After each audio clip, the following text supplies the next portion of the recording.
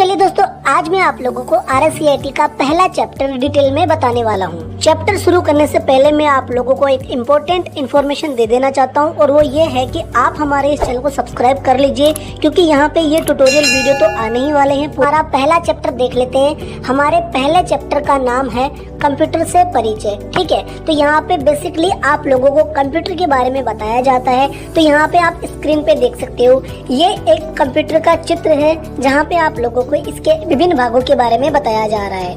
Computer के इस वाले हिस्से को जो आप देख पा रहे हैं, ये है मॉनिटर। इसके नीचे यहाँ पे आप देख सकते हैं, इसे कहते हैं डिस्क ड्राइव। ये चीज होती है आपकी फ्लॉपी डिस्क। इसके बाद में यहाँ पे ये चीज आप देख रहे हैं जिसे कहते हैं लेजर प्रिंटर। उसके बाद में जो इसके अंदर आप देख सकते हैं उसको हम कहते हैं CD रोम। यहाँ पे इस हिस्से को CD रोम ड्राइवर कहते हैं। आगे हमारा ये कीबोर्ड होता है, इसको हम माउस कहते हैं। ये हमारा मॉडेम हो गया, साथ में आपको आउटपुट स्पीकर मिल जाता है और ये हमारी मेमोरी हो गई। कंप्यूटर चैप्टर अध्याय के दूसरे पॉइंट को यहाँ पे हम देखें तो यहाँ पे हमें बताया जा रहा है कंप्यूटरों का वर्गीकरण। मुख्यतः कंप्यूटर को 4 भागों में वर्गीकृत किया गया है। पहला है सुपर कंप्यूटर, दूसरा है मेन फ्रेम कंप्यूटर्स, तीसरा है मिनी कंप्यूटर्स और चौथा है माइक्रो कंप्यूटर्स। सुपर कंप्यूटर्स की मुख्य भूमिका मौसम की भविष्यवाणी करना, भूकंप की जानकारी देना या संचार कम्युनिकेशन मीडिया में काम आता है। मेन फ्रेम कंप्यूटर्स काफी महंगे होते हैं और इनके इस्तेमाल सरकारी संस्थानों और बड़ी व्यावसायिक फर्मों में किया जाता है। मिनी कंप्यूटर्स का मुख्यतः छोटे व्यापार में उपयोग किया जाता है। अंत में अगर हम बात करें माइक्रो कंप्यूटर्स की, तो यहाँ पे डेस्कटॉप कंप्यूटर्स, लैपटॉप, टैबलेट और स्मार्टफोन, ये सब माइक्रो कंप्यूटर के प्रकार हैं। अब हम बात करते हैं कंप्यूटर सिस्टम के लाभ और कंप्यूटर की विशेषताओं के बारे में। सबसे पहला बिंदु है कंप्यूटर्स की वजह से हमें स्पीड मिली है। हम जो है हमारे काम को अच्छे से कर पाते हैं, हम कम समय में ज्यादा काम कर पाते हैं, कम समय में अधिक दूरी तक संपर्क साध पाते हैं। दूसरी बात है यहाँ पे शुद्धता की। हम कंप्यूटर्स का इस्तेमाल करके हमारी कमियों को या कह लीजिए कि हमारी अशुद्धियों को कम से कम कर सकते हैं और हमें इसमें शुद्धता देखने को मिलती है। अगली जो इसकी विशेषता है वो है उच्च संचयन क्षमता, यानी कि स्टोरेज की यहाँ पे बात हो रही है। हम हमारा मीडिया जो कि हम पहले ट्रेडिशनल तरीके से फाइलों में लिख करके स्टोर करते थे, हम उसे डिजिटली स्टोर करके रख सकते हैं। तो संचयन क्षमता इसकी एक विशेषता है। दूसरी यहाँ पे विविधता की बात करी जाए तो यहाँ पे हम आप लोगों को बताना चाहेंगे कि हमारे डेली के कई ऐसे कार्य होते हैं जिनमें हम इन चीजों का इस्तेमाल करते हैं, जैसे कि डाक की सेवाएं हम अब ईमेल से करने लगे हैं।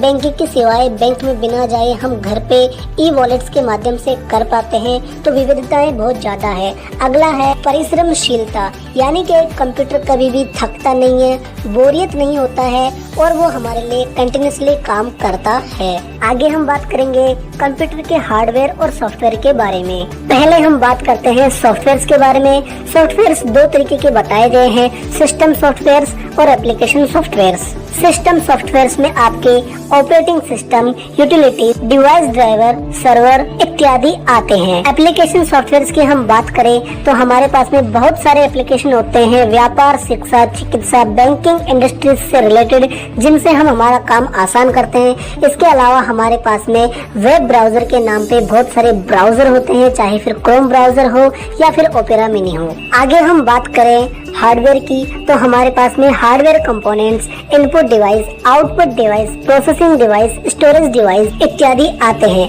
इनपुट डिवाइस की जहां तक हम बात करें तो हम इसके एग्जांपल देख सकते हैं, जैसे कि टच पैड या माइक्रोफोन या कीबोर्ड, सेंसर, माउस इत्यादि हो गए। प्रोसेसिंग डिवाइसेस की हम बात करें तो हमारे पास में मदरबोर्ड या CPU, हम इसके उदाहरण देख सकते हैं। आउटपुट हार्डवेयर की अगर हम बात करें तो हमारे सामने उदाहरण के लिए मॉनिटर, प्रिंटर, हेडफोन, स्पीकर या टच स्क्रीन आते हैं। स्टोरेज डिवाइसेस की हम बात करें तो हमारे सामने हार्ड डिस्क इसका एक उदाहरण है। आगे हम बात करेंगे कंप्यूटर के उपयोग की। तो दोस्तों देखिए, जहाँ तक कंप्यूटर के उपयोग की बात है तो विद्यालयों में, स्कूलों में इसने अपना बहुत रोल अदा किया है, जहाँ पे बच्चे इससे आसानी से पढ़ पाते हैं। आगे है मनोरंजन, एंटरटेनमेंट में कंप्यूटर ने बहुत योगदान दिया है, जिसके माध्यम से हम मनोरंजित हो पाते हैं। सामाजिक मीडिया में इसने बहुत योगदान दिया है, ज्ञान को आगे बढ़ाने में बहुत योगदान दिया है। अगर हम बात करें शिक्षा के क्षेत्र में कंप्यूटर की उपयोगिता या प्रयोग की तो हमारे सामने कुछ उदाहरण आते हैं, जैसे कि हम कंप्यूटर की वजह से smart classes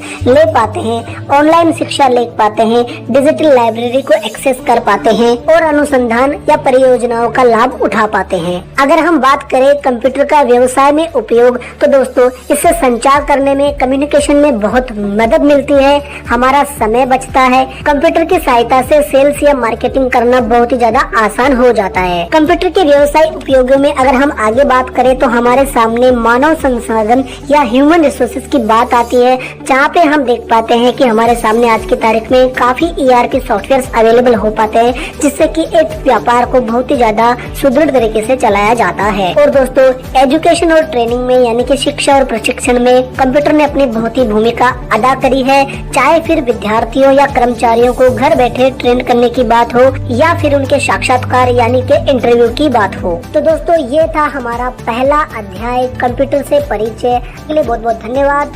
thank you so much.